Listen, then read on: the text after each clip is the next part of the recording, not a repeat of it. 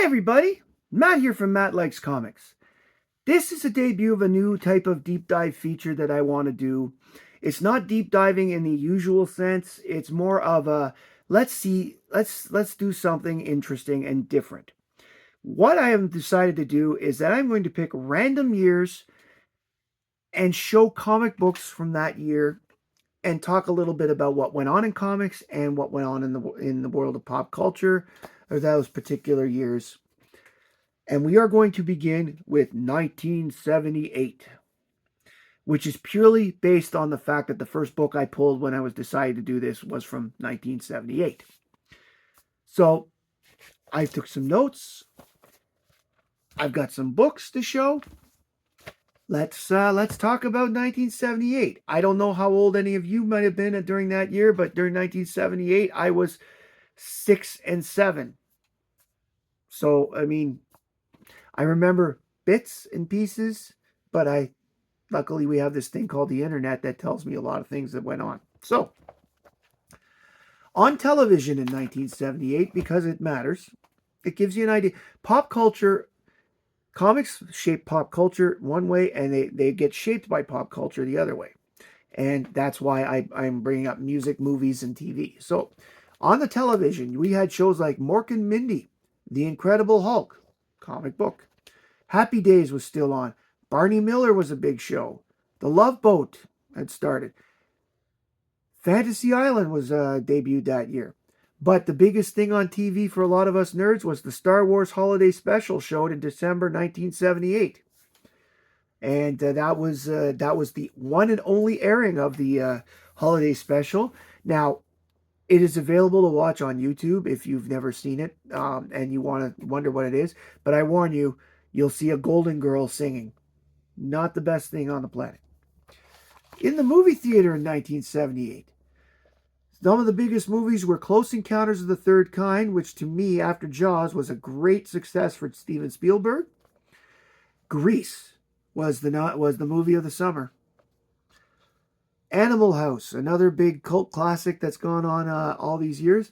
But the biggest movie in terms of us in the comic community, Superman, the movie, came out in November of 1978. I think it was November, but I went to see it in December. It had been out for a little bit, so I do remember that because it was the first time my father took me to the movies, just the two of us. So now let's talk about some of the comic book events. Oh, sorry, music in 1978. Yvonne Elliman was big. The Bee Gees were huge. Paul McCartney and Wings. Band called Player. Baby, come back. Andy Gibb.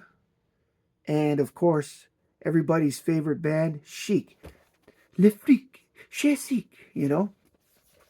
Those were the biggest songs in 1978 that were on the charts. The Gibb family with the Bee Gees and Andy Gibb probably held a good chunk of the charts that year. So let's talk about comics now, shall we? February 2nd, in 1978, Belgian comic artist Maurice Tillieu, who was a very prominent contributor to Spirou magazine at the time, and was responsible for a feature called Gilles Jourdain, died in a car crash. One of the significant books from that year was Detective Comics 475, which was The Laughing Fish with the Joker. And also in 1978, you had the first appearance of ElfQuest. And in March, Superman and Muhammad Ali was first published, C56, as one of those, big things, and has been reprinted many different ways over the years. Neil Adams, while he was still alive, was carrying different types of copies of that over the years. And it was actually recently reprinted in a shiny version. In April, Power Man, the book, became Power Man and Iron Fist. And in May of 1978, Showcase 100 was Showcase 100 showed basically every single person who had appeared in an issue of Showcase before up to that. I don't own Showcase 100, but it is one of the books I wouldn't mind getting because it has so many different characters in it. Basically, it's by the story is by Paul Kuppenberg, Paul Levitz, and Joe Staton, who were also doing All Star Comics at the time. And during 1978, Star Lord magazine began. Summer of 78 showed I Now Pronounce You Man and Wife in DC Special Series 15, where Talia and Batman marry, which leads to the out of canon Son of the Demon, which becomes canon in Batman 656, I want to think. The first Damian Wayne. Damian Wayne does exist. The baby does become canon. We also had Garfield in the newspaper strips. Came out in 1978. It launched in June 1978 in 41 newspapers to eventually reach 950 at one point, and before newspapers started dying off, of course.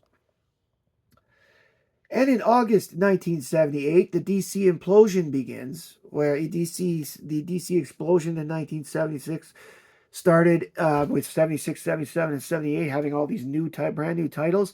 Well, they overextended themselves, and in 1978, in August, they had to start canceling titles such as Aquaman, Claw the Unconquered, Mr. Miracle, Shade the Changing Man. They were the first ones canceled. Issue 10 of The Rampaging Hulk becomes The Hulk and becomes published in color from the magazine formats for those that like Marvel magazines. Yes, I feel disjointed, but it's because I found all these pieces in different ways, and I'm just reading them as I found them. In September 78, Life in Hell debuts in print from Matt Groening. The DC implosion continues. All-Star Comics, Battle Chasers, Black Lightning, Doorway to Nightmare, Dynamic Classics, Commandy, Showcase, and Our Fighting Forces all published their last issues. Then in October 78, DC cancels Firestorm, House of Secrets, Secrets of Haunted House, Star Hunters, Steel, and The Witching Hour. And in October 78 as well, A Contract with God, which is considered to be the first graphic novel, was published by Will Eisner. And on 14 October 78, we had a 2000 AD and Star-Lord merging into one book over in the mother country. Then we got in November of 78, Fantastic Four 200 gets published. Also in 1978, Jim Shooter becomes editor-in-chief at Marvel, replacing Archie Goodwin. One of the big key story arcs that was one of my favorites was the Korvac story art from Avengers 167 to 177. And Hergé is knighted in Belgium for his service to the country as a cartoonist. Mort Weisinger died on May 7, 1978, at the age of 63. And Norman Rockwell, American painter who has inspired many homage covers over the years, passed away on November 8th, 1978 at the age of 84. His date is unknown, but it is 1978. Al Fago, who created Atomic Mouse, passed away as well. And Basil Wolverington died on December 31st, 1978 at the age of 69. We all know Basil for his wonderful Pretty Lady on Life magazine, and of course the creation of Powerhouse Pepper and other wonderful Mad magazine covers over the years. Issues of books that were released, series that started with issues number 1 in 1978 included Firestorm, which unfortunately lasted only 5 issues, ElfQuest, Spider-Woman, and the one that went the longest, DC Comics Presents. So those are the notes of the year, things that happened in 1978 that I have taken down. There, of course, were many, many, many others, but for the sake of brevity, I went with what I thought were very interesting notes. Now, to the comic books from 1978 that I found. Please note for this video and any videos of this series after, I am using cover dates rather than publication dates because it's just easier to remember a book if the cover date says January 1978 rather than trying to figure out was this October 77 or blah, blah, blah, blah. It just makes things easier. So everything in this is cover date 78. Anything that happened in late 78 that was cover dated 79, I would cover in a 1979 video. So let's start. For these books, I'm not going to get into details. I'm simply going to show covers, tell their dates, and who did the covers. We have Defenders 59 from May 1978, and the cover was done by George Perez and Tony DeZanga. One of the factors I used when I did these books was I was trying to get a mix of different styles and different companies and such. Defenders 63 from September of 78. This is a Dave Cockrum cover with Joe Sinnott doing inks. This one I picked up because of Hellcat right there. Next up, Superman Family 190 from August 1978. Covers by Rich Buckler and Dick Giordano.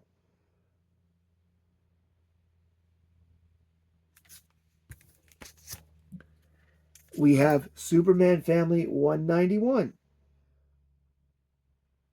October 1978. Superman Family was bi-monthly at the time. A cover again by Rich Buckler and Dick Giordano. This is a fun one. I went with two here because I like this one, even though I was going to go with the other one because it had more characters on it. I like that one. Next up, Showcase 98 from March 1978. And any chance you can to show a Power Girl comic, you take it. Cover by Joe Staton and Dick Giordano. And we have Showcase 99, April 1978. Cover by Joe Staton and Dick Giordano.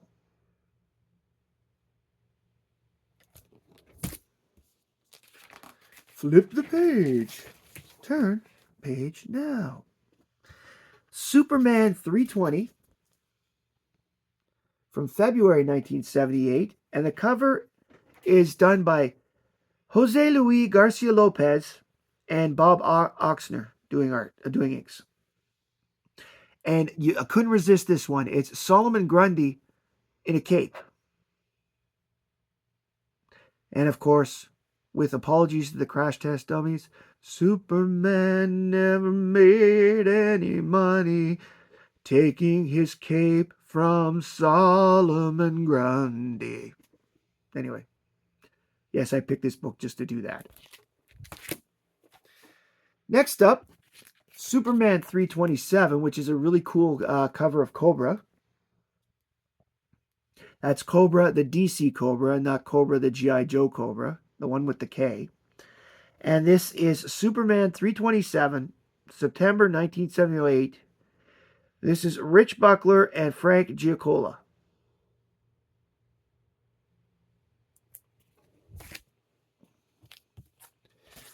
Next up this is a fun one I bought recently because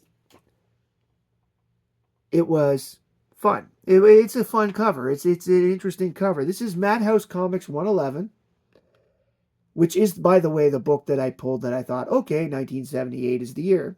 Madhouse Comics 111 from February 78. Sam Schwartz cover. The cover is uncredited in the book, by the way, but every source that I looked said it was Sam Schwartz. So that's why I'm going with it.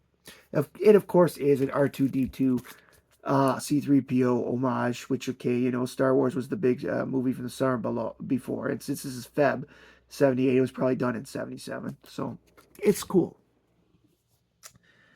Next up, by the way, you'll notice that comics were basically 35 cents during 1978. Okay? Now, The Witching Hour, number 76.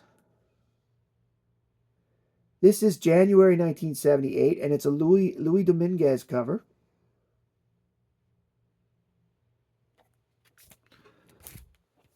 And this is Witching Hour 78. It's Louis Dominguez again, but these two covers were too nice that I could not show them. I particularly like the melting wax off the skull in the corner on there.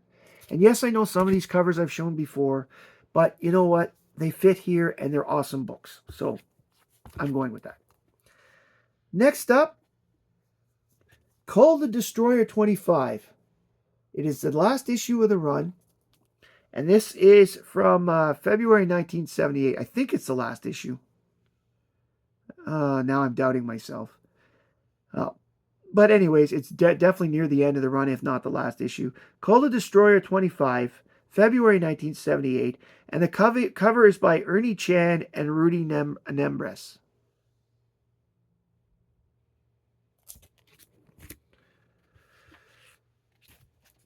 Next two books are two books that unfortunately, like Showcase, didn't survive the DC implosion.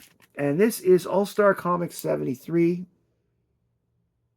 It's the second to last issue from August 1978, and it's a Joe Staton cover.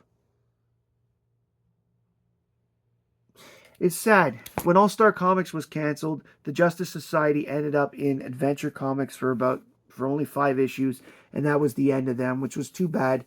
They didn't do a lot of showing of those characters other than the annual team-ups of the JSA, JLA during the late 70s. And it wasn't until All-Star Squadron came out in early 1981 that the characters were used on a regular basis again. Firestorm 2. As I said, this book of this series only went 5, and then he came back in the Fury of Firestorm a couple of years later. He was made a member of the Justice League, and that gave him more exposure and all that other stuff. Firestorm 2, April 1978. This is Al Milgrom cover.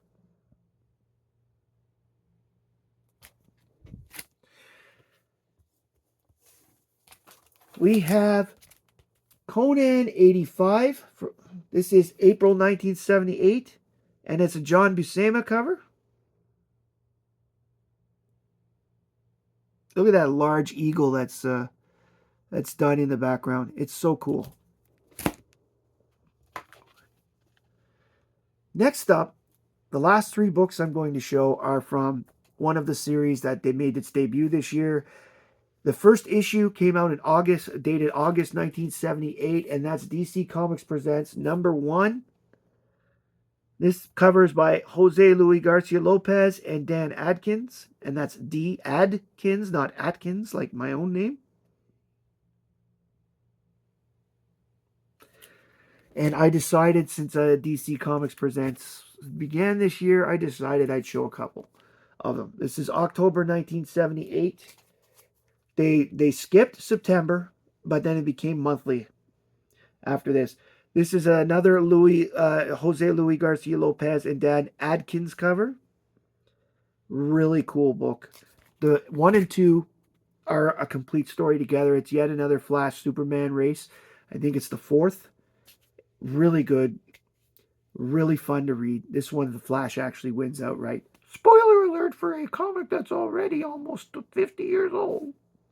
The last one I'm going to show, because this shows the cool nature of DC Comics Presents. And this is #3 from November 1978, because instead of the Flash, it's Adam Strange. And this is where you see it is Superman's version of the Brave and the Bold. And this cover is done by Jose Luis Garcia Lopez. By the way, it was around this time that Jose Luis Garcia Lopez became the definitive artist to do the DC internal character guide. So that new artists, they would look at Jose Luis's art, and that was the way they were supposed to draw the characters when they did them for DC.